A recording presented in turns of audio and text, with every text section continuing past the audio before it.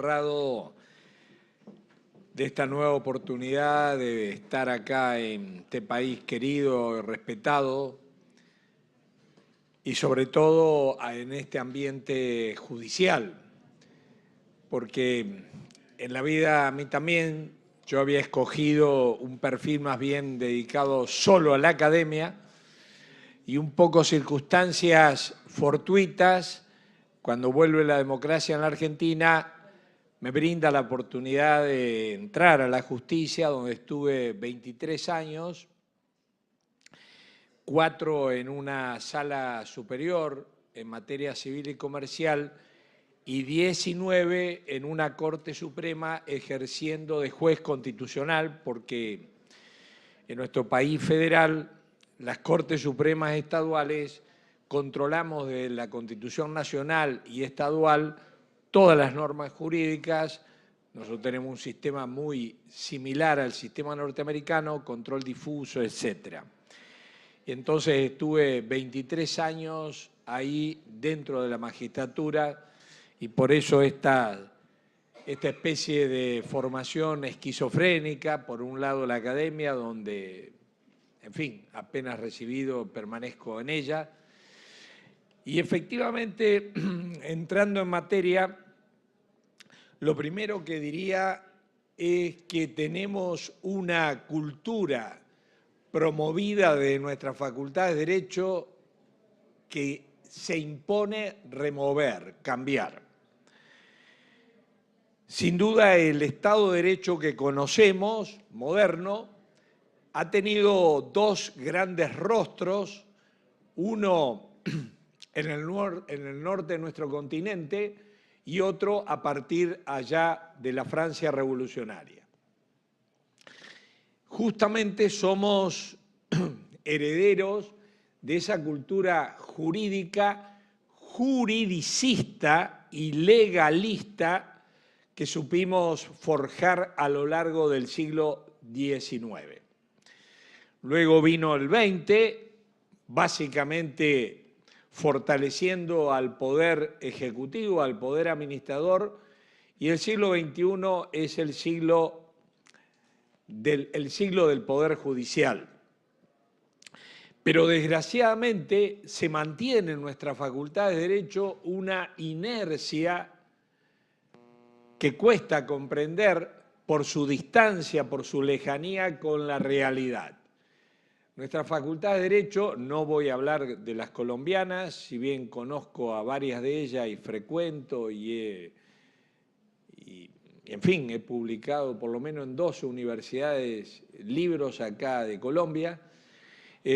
La verdad que en general nuestra Facultad de Derecho cada vez sirven para menos, ¿no? En general, y tratando de ser provocativo. Justamente allá hace ya unos 15 años, en la Universidad Austral de Buenos Aires nos dedicamos a forjar una especie de nueva disciplina que la llamamos Derecho Judicial, porque de algún modo lo que intentamos en ella es focalizar nuestra mirada académica en torno a lo que hacen los jueces, tratándole de transmitir un aparato conceptual, obvio, del Estado de Derecho constitucional que Europa construyó a lo largo de la segunda mitad del siglo XX, a partir de Nuremberg, donde se condena por cumplir la ley y violar el derecho. En consecuencia, como digo, transmitir a los jueces ese aparato conceptual. Y cuando digo aparato conceptual, sin duda hay una agenda formativa que en general uno percibe que nuestras facultades de Derecho siguen formando como si nada hubiese ocurrido en la realidad. Yo vengo de familia de juristas, abuelo, padre, tíos, primos, todos mis hermanos, 2 hijas, y yo veo que en general nos han formado a todos, nos han hecho creer los códigos, en fin. Entonces, tratar de transmitir ese aparato conceptual que requiere el Estado de Derecho constitucional, pero también actitudes, aptitudes, valores que son propios de la tarea judicial.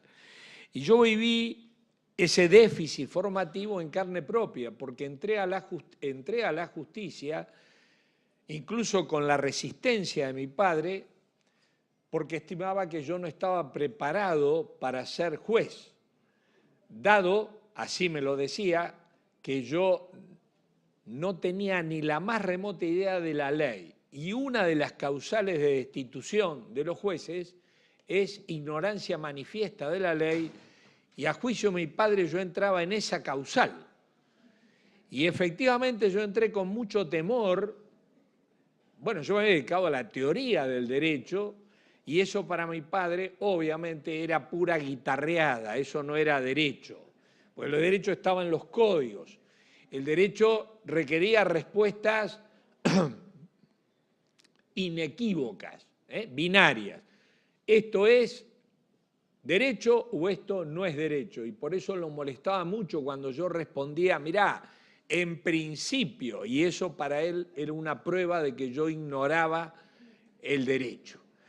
Y entré con mucho complejo, como decía, a pesar de las objeciones de mi padre, y con esa amenaza latente que iba a ser destituido por ignorancia manifiesta de la ley.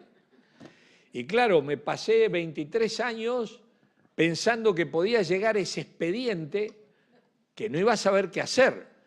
Y también mi sorpresa cuando empezaba a leer los expedientes, y bueno, mi primer sorpresa fue que los entendía y me podía dar cuenta de los problemas que había en ese problema.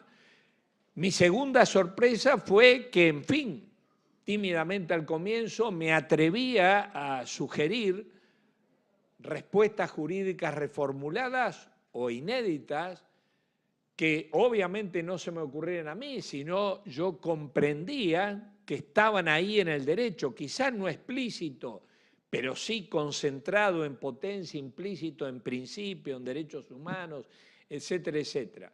Y mucho más fue mi sorpresa cuando mis colegas de corte, en particular en la sala de apelaciones, donde tenía dos mujeres que tenían muchísimos años ahí, y yo entré ahí con 38 años y a la Corte Suprema con 42, y tenía colegas mucho más experimentados, con más quilates que los míos, que yo, ustedes saben cuál es la mirada sobre mi disciplina en la Facultad de Derecho, la misma que tenía mi padre, que yo me ocupaba de cosas irrelevantes que me interesaban a mí y alguno más, teoría del derecho, filosofía del derecho, eso, en fin, es un cacho de cultura, como decía mi padre, pero eso no pasa nada, uno puede omitir, salvar esas cosas, ¿no?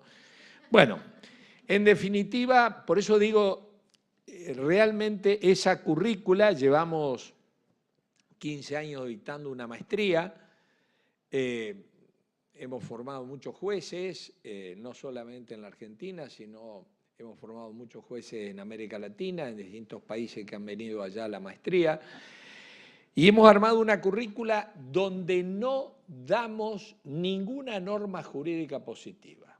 Mi padre falleció, pero le resultaría seguramente incomprensible que preparemos un juez sin exigirle lo que le exigimos en la Facultad de Derecho, porque todos sabemos que para ser un buen estudiante en la Facultad de Derecho se requieren dos cosas, solo dos cosas.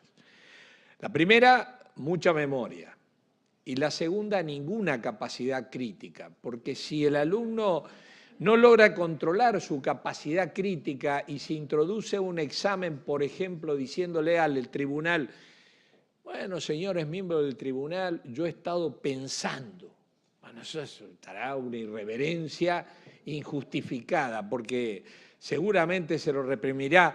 Joven, usted no está para pensar nada, está todo pensado acá. Usted está para repetir lo que le hemos enseñado, ¿sí o no? En consecuencia, pensar nada.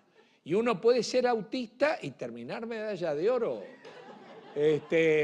sin saber dialogar racionalmente y todo lo demás.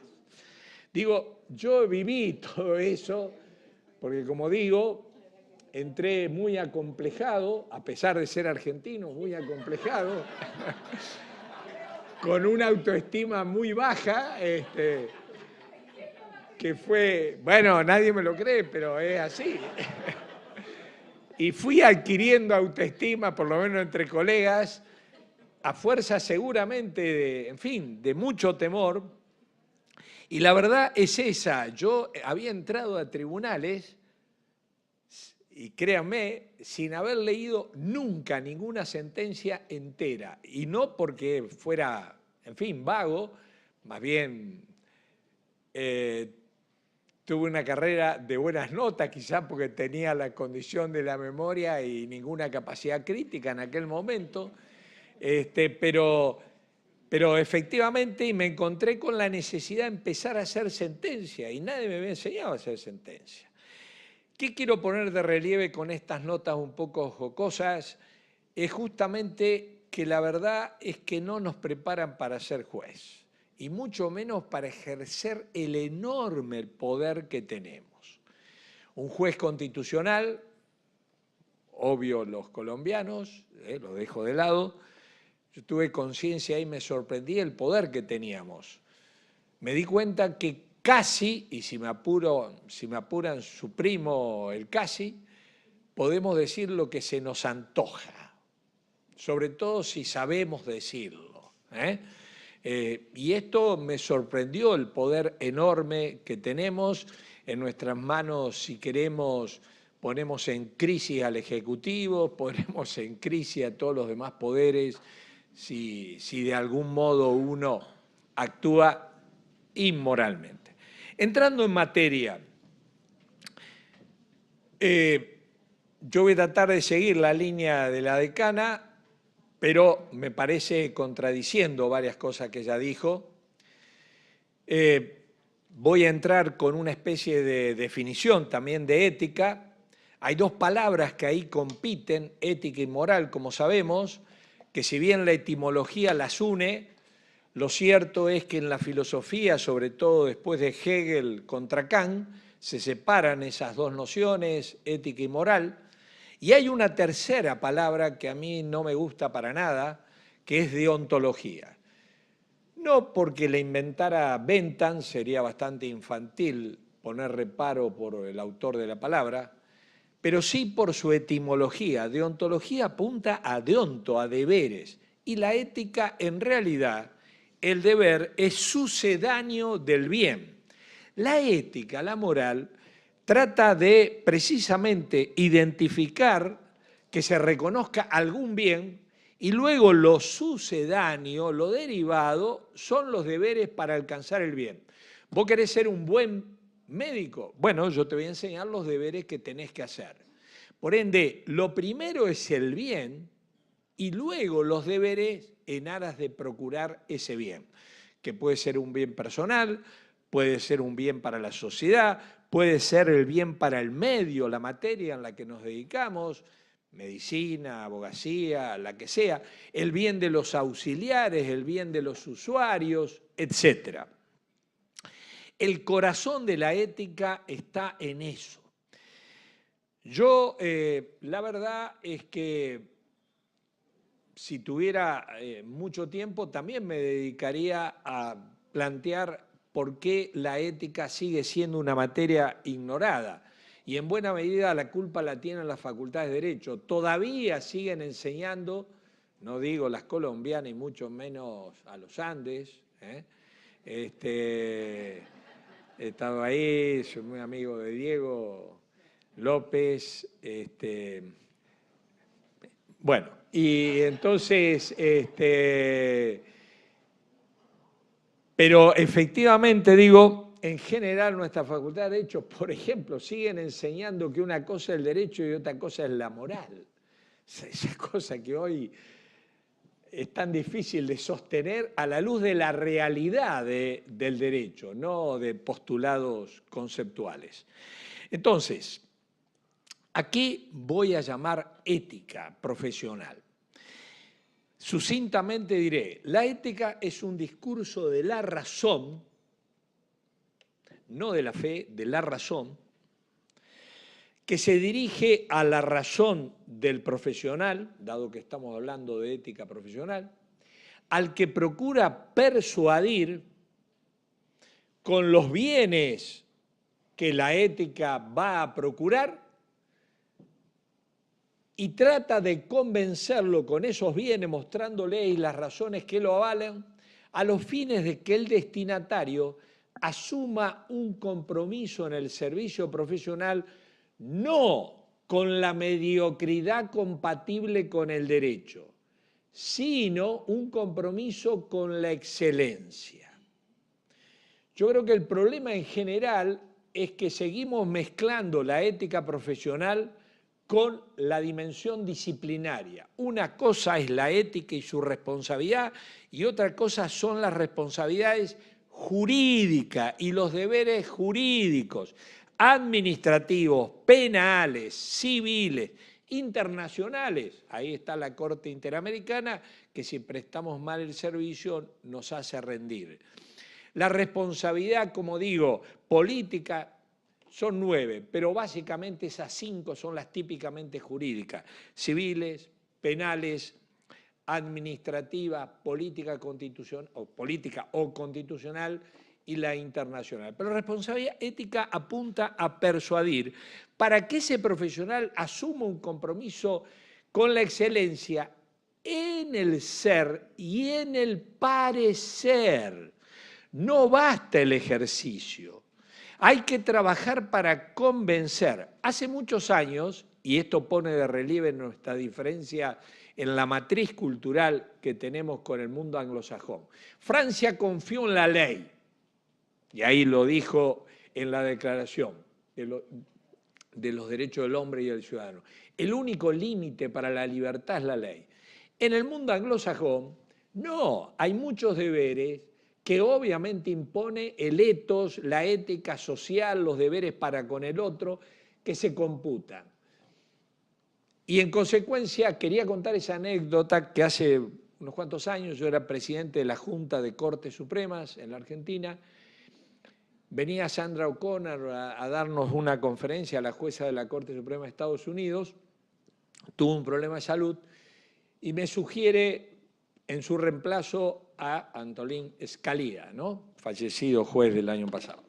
Entonces, Scalia me cambia el tema y me ofrece como tema ética judicial. Yo en ese momento no tenía idea lo que era la ética judicial y casi por curiosidad, bueno, aceptamos en la comisión directiva que venga a hablar de ética judicial.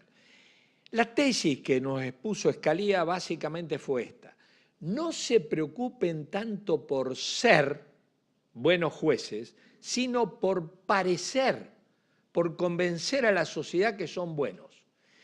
Terminamos esa conferencia todos indignados, es decir, qué hipócritas estos gringos, qué sé yo, ese fue el discurso.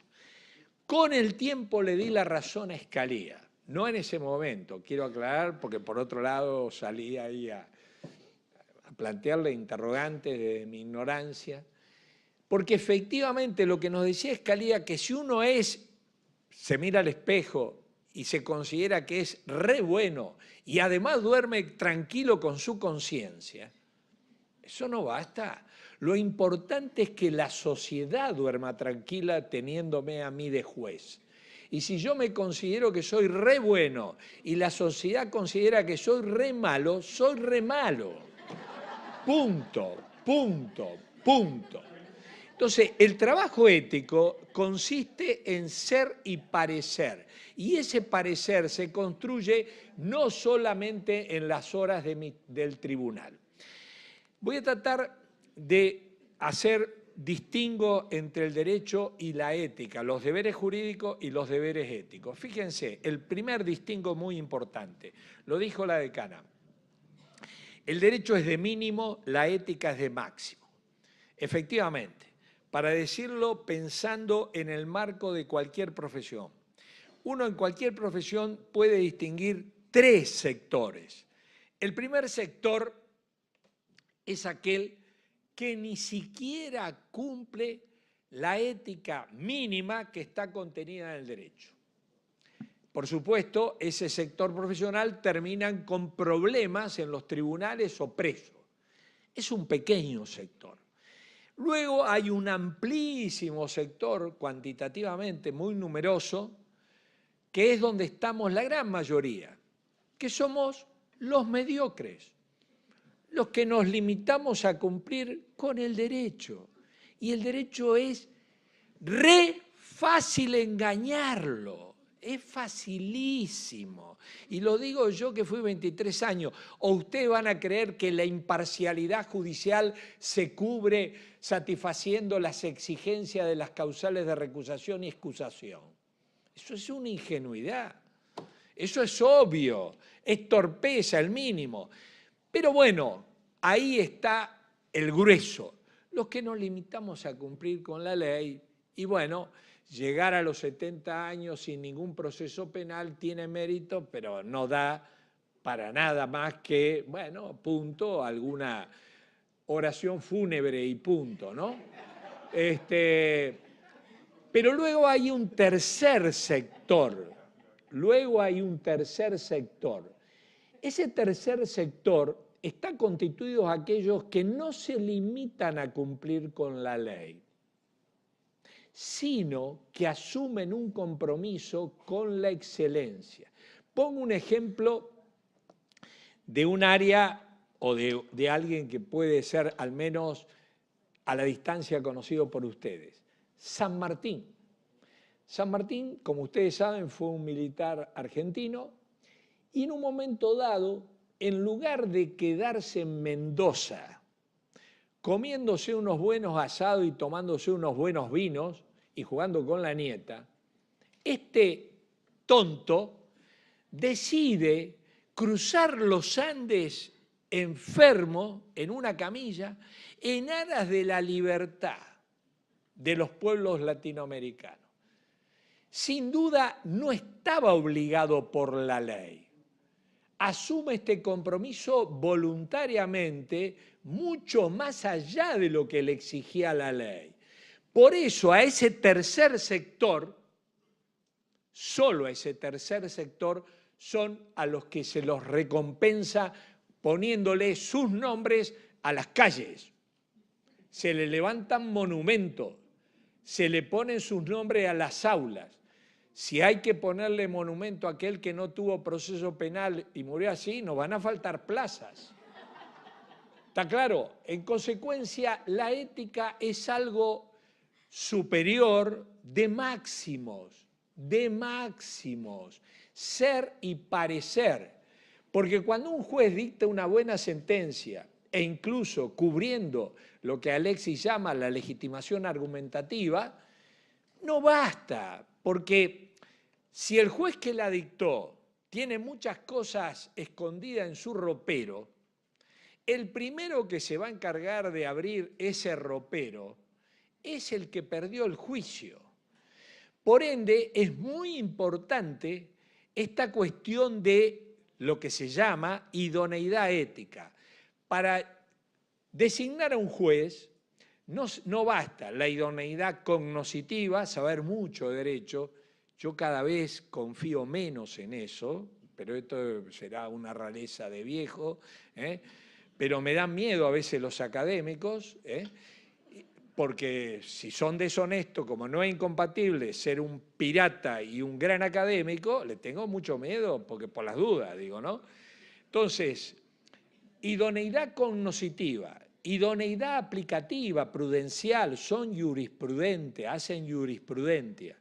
Tercero, idoneidad física, idoneidad psicológica, idoneidad gerencial o administrativa e idoneidad ética. Por eso, allá en la Argentina, en el decreto 222 de Kirchner, desgraciadamente como tantas cosas en nuestra cultura, hecha la ley, hecha la trampa, no se tomó en serio, pero cuando se iba a proponer un candidato se hacía conocer a la sociedad ese candidato y la ciudadanía podía hablar a favor y en contra, en base a lo que le conocía de ese candidato. Y por supuesto que sí era importante que viniera alguien que fue cliente de ese abogado que está postulado para la Corte y le dijera, por ejemplo, que se quedó con el juicio, con el capital de su juicio, que vayan a ver el registro de la propiedad, su propiedad está a nombre de ese candidato ahora de juez, que fue objeto de acoso sexual. etcétera, etcétera, que le dejó perimir el juicio, que no interpuso, bla, bla, bla. En consecuencia, como digo, es importante porque la idoneidad ética uno la va mostrando con los que nos conocen. Yo llego a mi facultad de Derecho y, por supuesto, todos los que nos conocen a nosotros pueden hablar de nuestra idoneidad ética. Y así pueden ir y le consultan a los empleados administrativos de mi facultad de Derecho y le pueden preguntar qué tal la opinión que tienen de Vigo. Y bueno, por ejemplo, les puede decir, no, un desastre, un atrevido, un maleducado, viene, tira el registro, no saluda a nadie. Esto habla de cortesía, que es una de las virtudes. Ustedes saben que la Cumbre Judicial Iberoamericana nos honró a Manuel Atienza y a mí, encomendándonos a que redactemos en el año 2005 el Código Modelo de Ética Judicial para Iberoamérica, que se aprobó luego allá en Lisboa en el 2006. Y justamente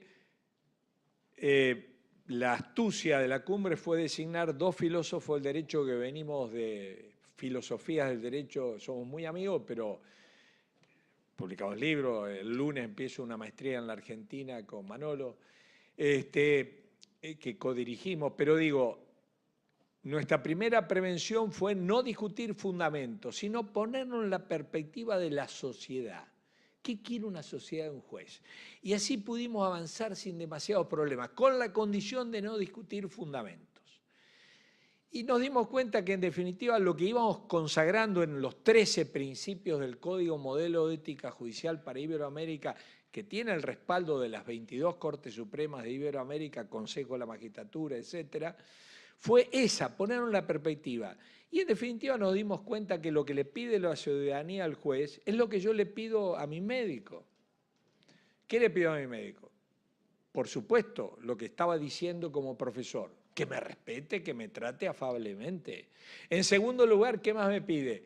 Que por supuesto, que actualice mis conocimientos como médico, y de la misma manera la Facultad de Derecho pretende que ese profesor se vaya actualizando. ¿Qué más le pide? Le pide, por supuesto, responsabilidad al profesor, que llegue a horario a sus clases, que prepare sus clases. Al médico, ¿qué le pido yo? Obviamente que si me dice un horario de consulta, un horario para la operación, por supuesto no lo dilate, eso habla de responsabilidad. Honestidad, cómo yo juzgo a los que rinden mi materia. Honestidad para ese médico, que me cobre lo que necesite. Reserva, por supuesto. Integridad. Ustedes pueden ir a preguntarle sobre la honestidad a mis alumnos, sobre la integridad a mis colegas, etcétera, etcétera. Por eso es muy extraño cuando uno va y observa cómo los criterios de designación de los jueces federales en Estados Unidos. ¿Qué van a averiguar? ¿Cuántos libros escribió? Eso no importa. Eso no importa a nadie. ¿Qué van a averiguar? Van a averiguar las infracciones de tránsito. Fíjense qué tontos. Las infracciones de tránsito. Van a ver qué se piensa por parte de los que han trabajado para ese candidato a juez, si los tenía en regla o no los tenía en regla. Y hasta entran a averiguar cosas de su vida privada. Hasta. Pero no con afán moralizador. Si contatan que un engañador, probablemente le digan, mire, usted ningún problema, sigue engañando a todos los que usted quiera, pero nosotros no vamos a ser tan tontos de darle un poder a aquel que tuvo la capacidad de engañar con tanta eficacia. En consecuencia, el perfil que buscan es otro muy distinto. Nosotros buscamos la idoneidad cognoscitiva, que el resto se dará por añadidura. Mire, por eso yo decía, con afán provocador, ¿hay que exigir que el título de abogado? Sí, hay que exigírselo, que se va a hacer, ¿no? Pero, máster, doctor, bueno, ok, sí. Que escriba algún folleto, alguna carta, sí, ok. Pero es otra cosa la tarea judicial. es otra cosa la tarea judicial. Yo realmente creo que el acento de nuestra formación va en un camino incorrecto. Sigo planteando el tema del derecho y ética. La primera diferenciación, el derecho es de mínimos. Por supuesto que el derecho es un mínimo ético, lo decía la decana, vender una sentencia antes que lo consagre el Código Penal, lo sabíamos que era algo inmoral. Pero ahí no queda, la ética es de máximo, compromiso con la excelencia en el ser y en el parecer, Por eso la legitimación pasa por la legitimación argumentativa, en el ejercicio, lo que sea, pero pasa también por esa legitimación, confianza en la ciudadanía. Y por supuesto que se construye de una manera un poco arbitraria, por supuesto, pero es así. Seguramente mi legitimidad depende más de la opinión de mis vecinos si cambio el auto, si escuchan gritos míos que me están agrediendo, la patrona o lo que sea, si salgo corriendo un día con los platos.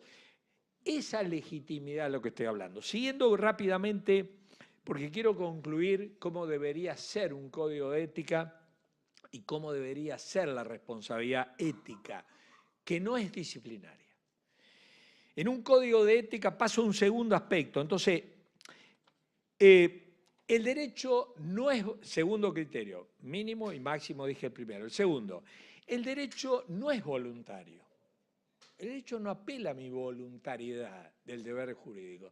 El deber jurídico es, tenés que pagar 100 el día 10, punto. Perdón, juez, no, 100 el día 10. La ética busca persuadir. ¿Cómo procuro yo transmitirle ciertos hábitos buenos a mis hijos? Obviamente, no imponiéndole deberes bajo amenazas de coerción, sino procurando convencerlo, estimulando, mostrándole el ejemplo, lo que todos los padres saben casi intuitivamente, si se preparan mejor.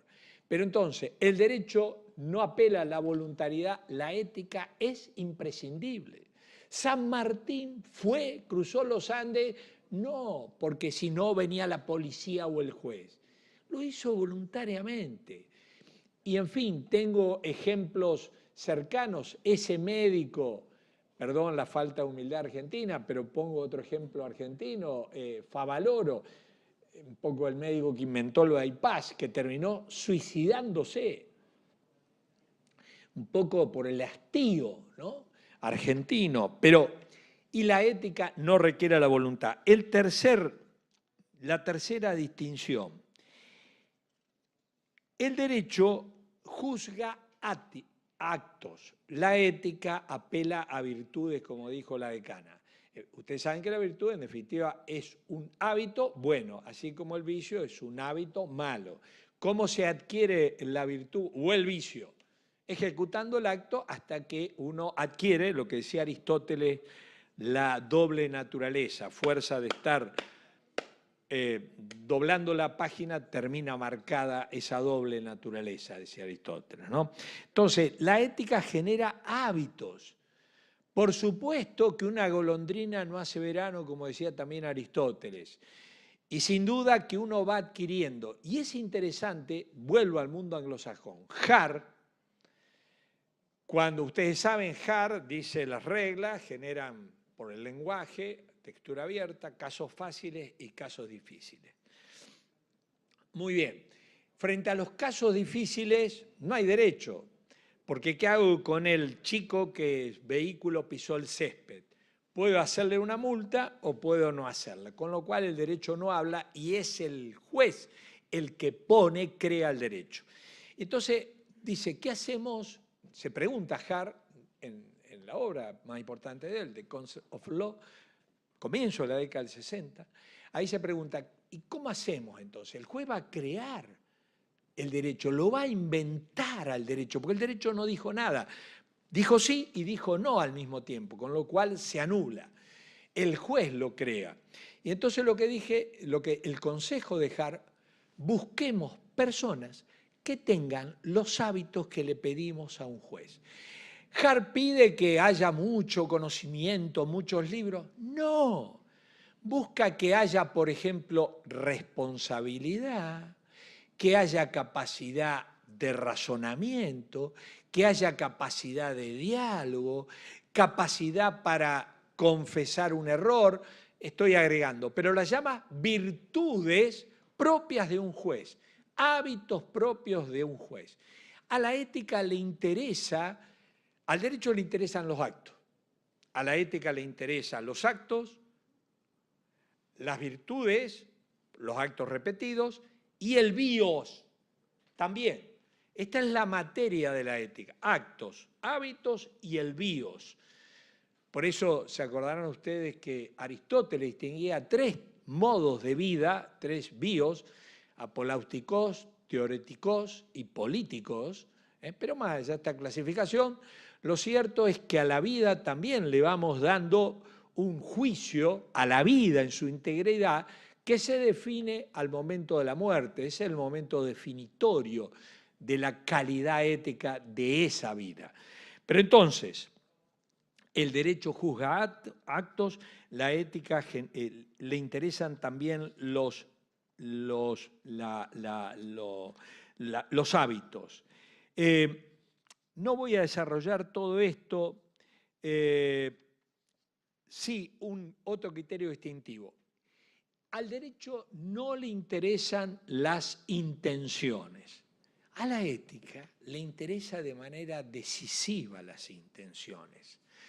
Porque si va el imputado y le dice al juez, mire, me arrepentí, señor juez, la carne es débil o lo que sea, bueno, el juez no va a tener en cuenta seguramente eso. En cambio, para la ética es decisiva, decía Tomás de Aquino, el que roba con la intención, el que comete, no me acuerdo qué falta ética específica, pero que lo hace con intención de, el que roba con la intención de otro tipo de falta ética, es más, creo que adúltero es, el que roba para ser adúltero es más adúltero que ladrón, la intención.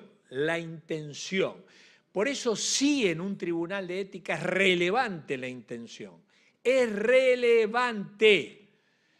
Esta confesión, este arrepentimiento del imputado, del denunciado éticamente, me arrepiento, pido otra oportunidad, es que la amistad, no se olviden, libro 8 de la Ética Nicómaco de Aristóteles, dedicado a la amistad, que es una virtud ética, justamente si hay un amigo que me ha hecho algo que no corresponde, yo no estoy tan preocupado cuál va a ser la sanción que le voy a poner en mi amigo.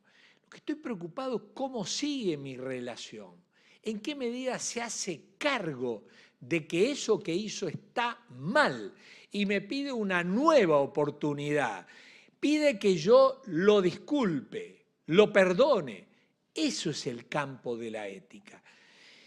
Yo, para no extenderme demasiado, me gustaría hablar de por qué hay resistencia a la ética.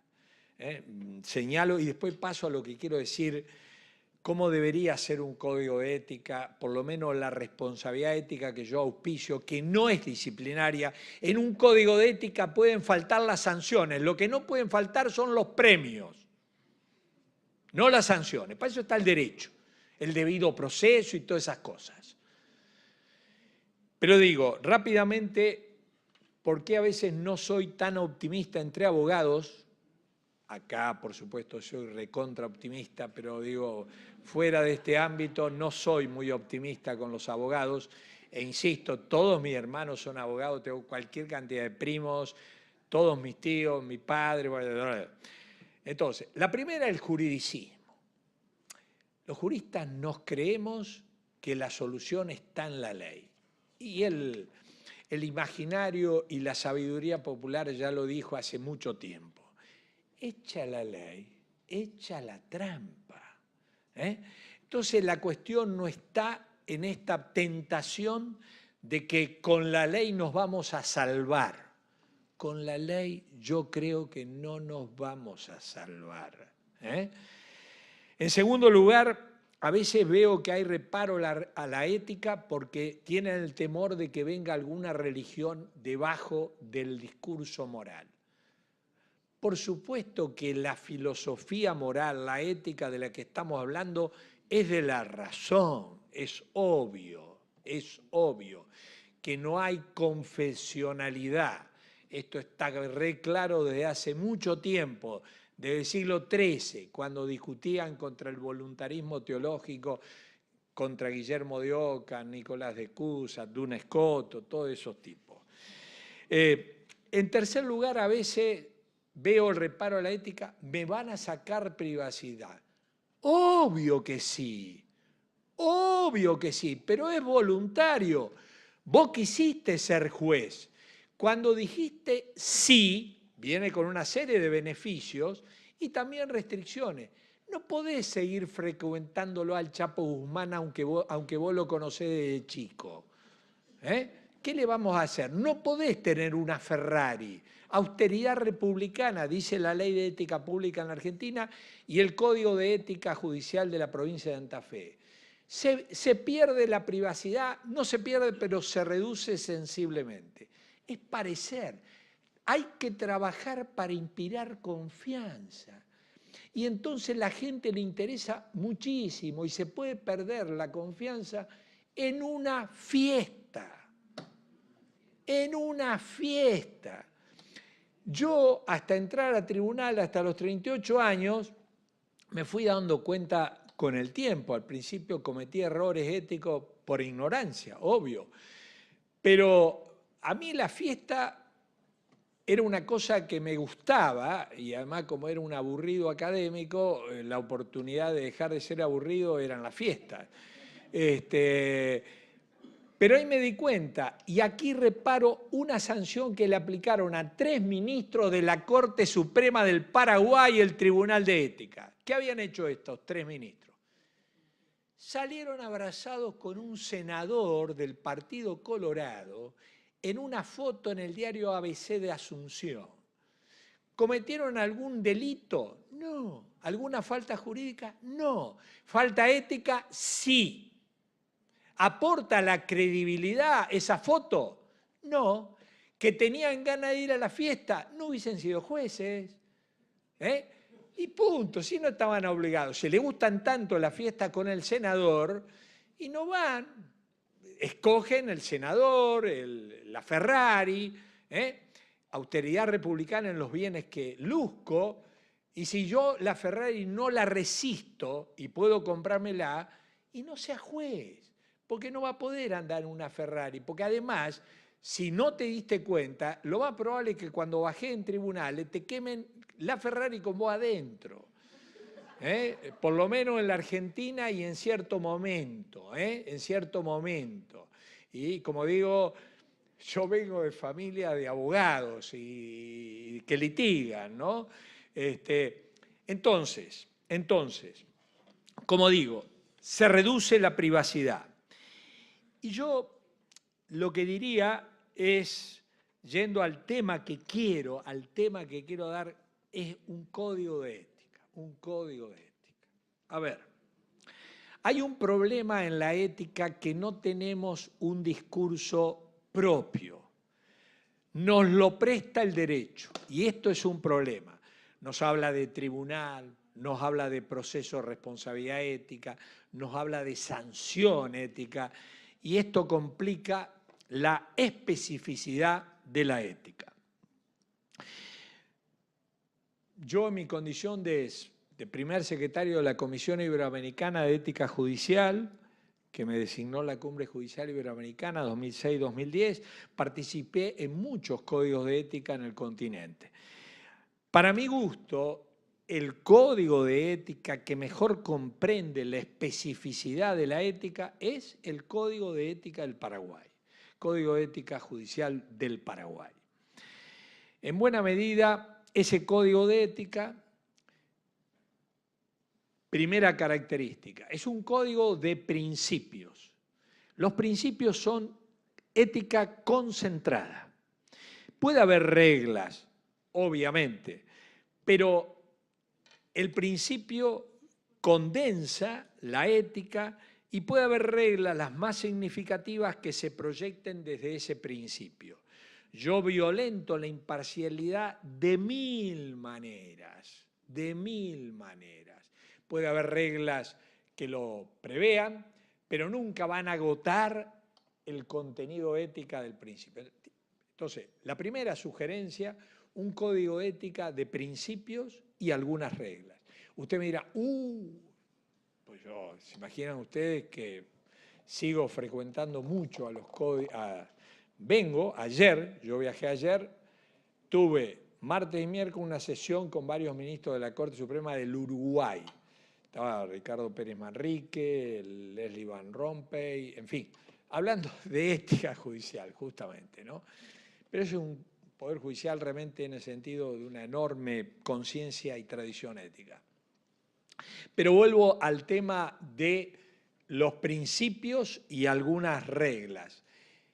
En consecuencia, ¿cómo esta indeterminación del principio que a veces atemoriza? En consecuencia, ¿quién va a definir lo que es digno de mi profesión? Un reparo típico. Todos los códigos de ética, quiero decir, todos, seguramente hay alguna cláusula que dice que está prohibido cualquier comportamiento que afecte la dignidad propia, de esa profesión. El código, todos los códigos profesionales, de los podólogos, de cualquiera. En consecuencia, ¿cómo suplo esa indeterminación? Comisiones de consultas éticas. Comisiones de consultas éticas. Uno no puede ser buen juez en propia causa. Si uno va al Código de Ética de los jueces federales norteamericanos, se encontrará ahí con 7 cánones que dicen, pueden decir todo o pueden no decir nada. La riqueza está en las consultas que se han proyectado a casos concretos a partir de esos 7 grandes cánones. Entonces, comisiones, un código tiene que tener comisiones de consultas éticas, porque uno puede consultarle esa duda ética a alguien, incluso bajo privacidad, reserva, no es necesario identificar quién consulta. Se pueden arbitrar mecanismos que preserven la reserva de quién es el que hace la consulta. Comisiones de consulta. Y luego un tribunal de ética. ¿Qué hace un tribunal de ética? Antes de qué hace, ¿cómo se integra? Un tribunal de ética tiene que estar integrado por personas que gozan de una altísima autoridad ética pública, evidente, reconocida, a punto que quienes designan a los jueces del Tribunal de Ética, no el presidente. La legitimidad de un juez de un Tribunal de Ética no le viene por su decreto de designación, le viene por su vida y lo han designado los mismos a los que él juzga. ¿De dónde salen los jueces de un tribunal de ética? De la lista de jueces jubilados que designan los propios jueces en actividad. Y en consecuencia esta legitimidad de origen, no solo de ejercicio, de origen, son los mismos jueces que le reconocen a esa persona jubilada, habla de edad, y en segundo lugar habla de distancia del bien y del mal. Se supone que si llegó al codo final de la carrera, no va a tirar su prestigio en los últimos 500 metros, ¿no? En consecuencia, lo designamos, ¿y cómo está integrado? Como digo, jueces jubilados, abogados, guarda con el corporativismo, ustedes saben la sensibilidad que tiene la sociedad hoy contra la autoridad, un abogado jubilado y, si es posible, un profesor. Que no sea de ninguna rama codificada, por favor. Por favor. Penal, menos. De Dicho con todo respeto al penal, pero estos temas no los conoce, obvio. Esto se estudia en filosofía moral, en antropología, en ética. Gran penalista, pero de estos temas, zapatero a tu zapato, no invalido. Cuando tenga que hacer alguna consulta en penal, iré ahí, obvio. Yo no sé nada. Pero bueno, ahí está el Tribunal de Ética. ¿Cuáles son las sanciones éticas? En el Código de Ética, indudablemente, del Paraguay, por ejemplo, ahí se prevén las dos posibles sanciones. Reproche privado, reproche público. El Tribunal de Ética suspende, destituye, aplica multa. No, no. Para eso funcionan las responsabilidades jurídicas. Pongo rápido un ejemplo. Si mi secretaria me hace una denuncia por acoso sexual, ¿a dónde hace esa denuncia por acoso sexual? Puede ir ante la Fiscalía, denuncia penal, puede iniciar acción civil, quiere que le repare el daño que le he hecho, denuncia administrativa ante el órgano previsto en esa institución para tratar las faltas administrativas, e incluso denuncia ante el órgano que se encarga de destituir y designar a los jueces, el órgano político, constitucional o como se quiera llamar. Y también denuncia ante el Tribunal de Ética. Acá no violento el non bis in idem porque son distintas responsabilidades, con finalidades, con previsión distinta. Veamos rápidamente cómo funcionaría esa denuncia por acoso sexual. ¿Qué va a hacer el fiscal, el juez penal? Vaya a saber. ¿Qué hace el juez civil? Vaya a saber. ¿Qué hace? Ahí sí me van a detener, me van a hacer pagar una indemnización, me van a aplicar una suspensión y encima me van a destituir. Pero ¿qué hace el Tribunal de Ética? El Tribunal de Ética no reemplaza las otras responsabilidades. No es que la ética viene a subsumir y absorber todas las responsabilidades. La competencia del Tribunal de Ética es una más. Y entonces relataré, teatralizando, cómo funcionaría esa imputación ética. Ahí están esos tres grandes jueces ya jubilados, encanecidos, arrugados, etc. Otro abogado de enorme prestigio, otro profesor.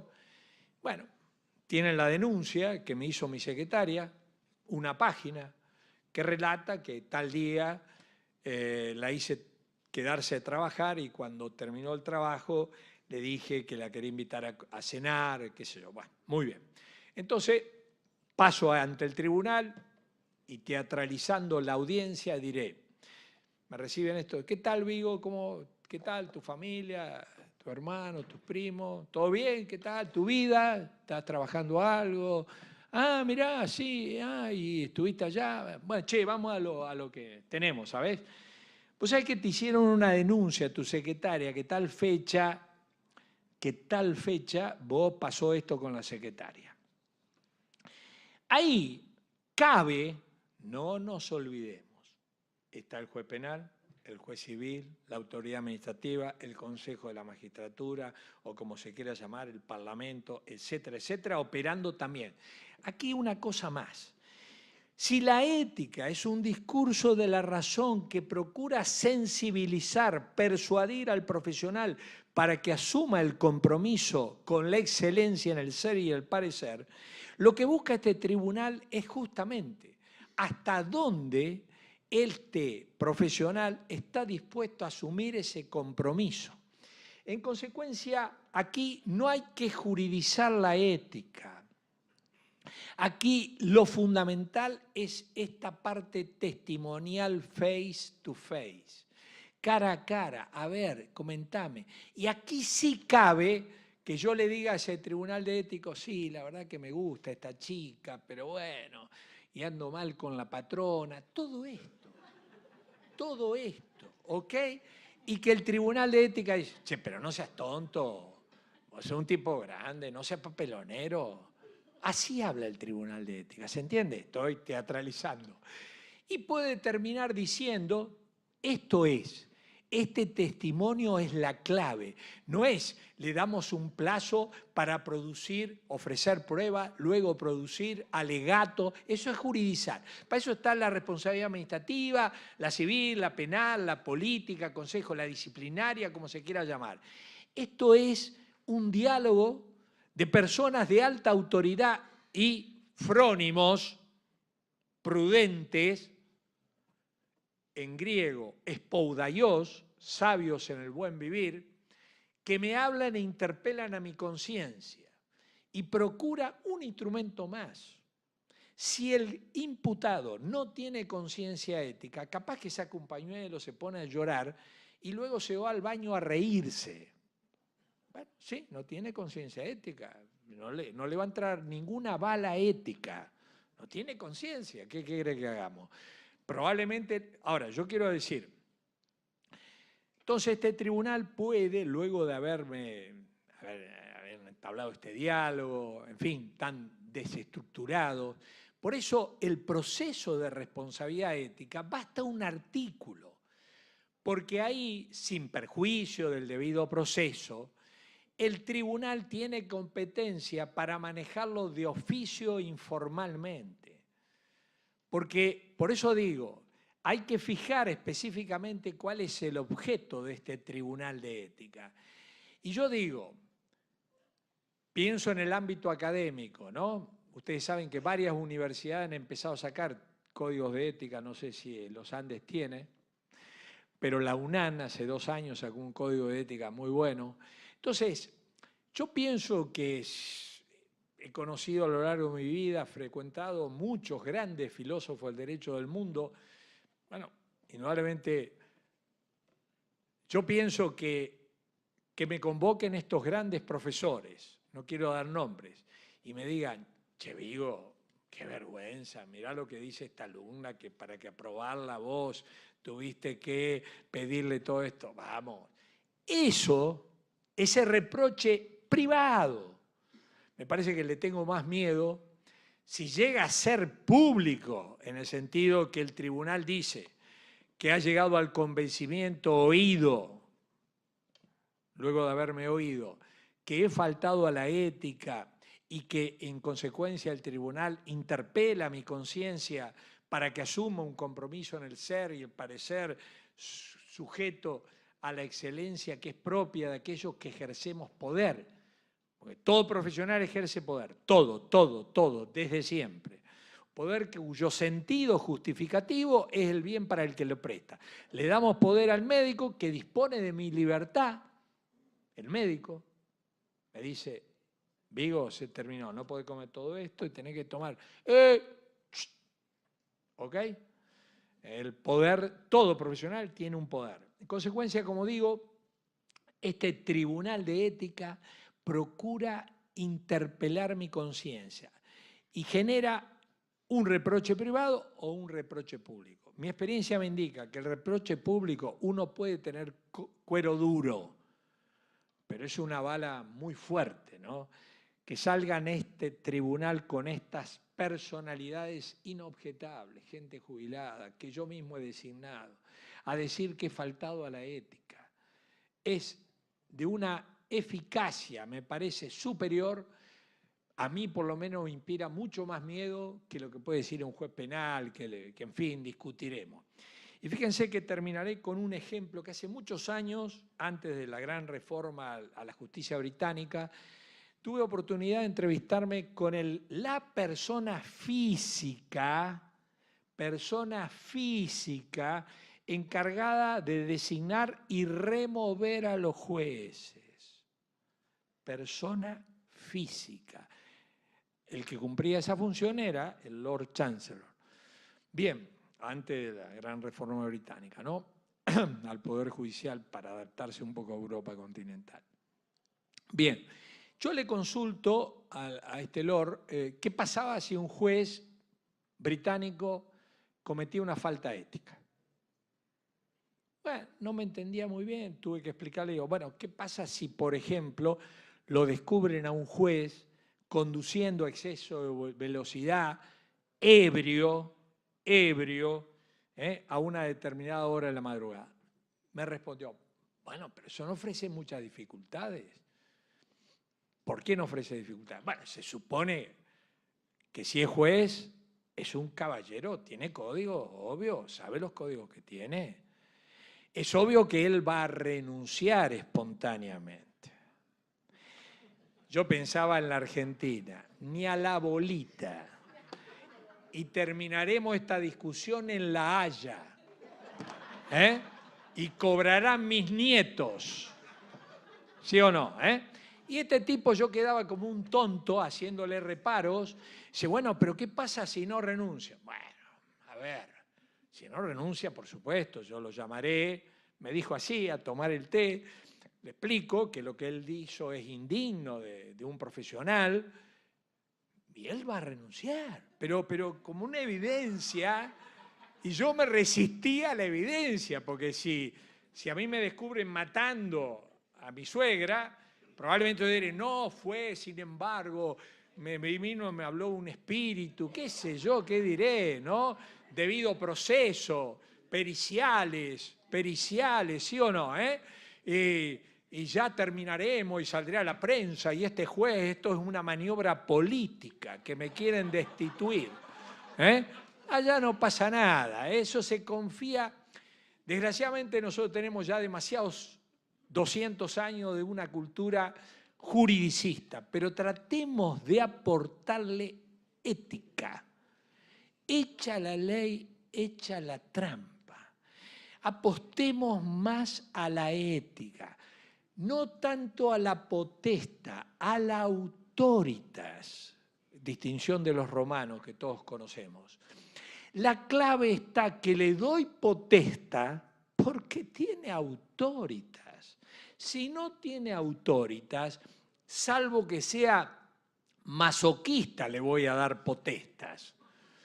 Pero una vez que me ha acreditado este nivel de confianza para darle semejante poder, en consecuencia, como mínimo, concluiré con lo mismo que decía la decana, controlaré a ver hasta dónde se supera el juridicismo de nuestra Facultad de Derecho, pues yo veo demasiado juridicismo anclado en un modelo que no va más. Yo le digo con toda sinceridad, lo veo, es que para poder entender el contenido de los derechos humanos, los constitucionalistas, buena onda, está todo bien, no me voy a poner a pelearme con ningún constitucionalista, va de retro Satanás, pero digo, claro, saber lo que es la libertad, la dignidad, la igualdad, es un concepto antropológico de filosofía moral.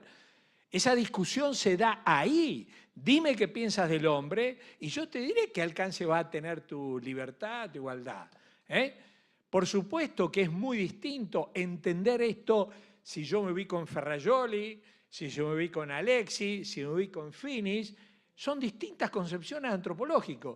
Y como dice el mismo Alexi, incurrirá en una contradicción performativa que una constitución diga que esta constitución se propone violar los derechos humanos. Eso no lo va a decir nadie, ninguna constitución.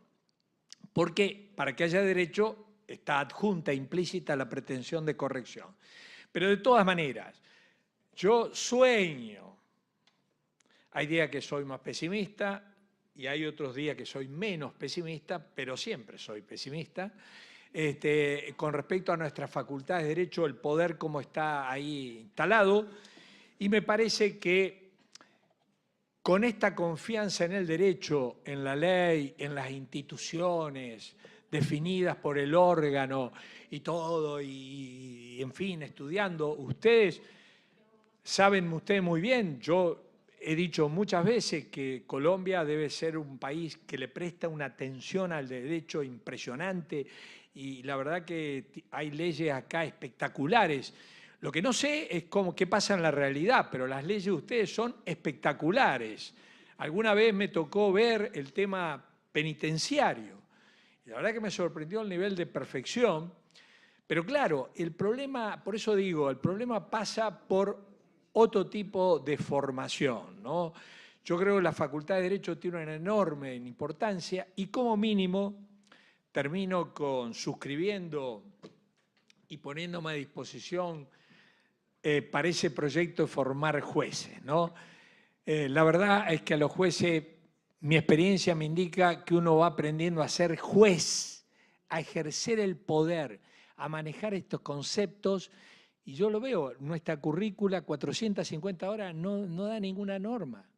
¿Y qué damos ahí? Bueno, el concepto del derecho, dime qué derecho crees que hay y te diré qué juez eres y puedes llegar a ser. Responsabilidades judiciales, ética judicial, por supuesto, argumentación jurídica, periodismo judicial, pericia judicial, estatus constitucional, estatus convencional de los jueces, bla, bla, bla, bla, bla. En la Facultad de Derecho, no me meto con las colombianas, todo bien, pero las argentinas casi todo mal. Gracias.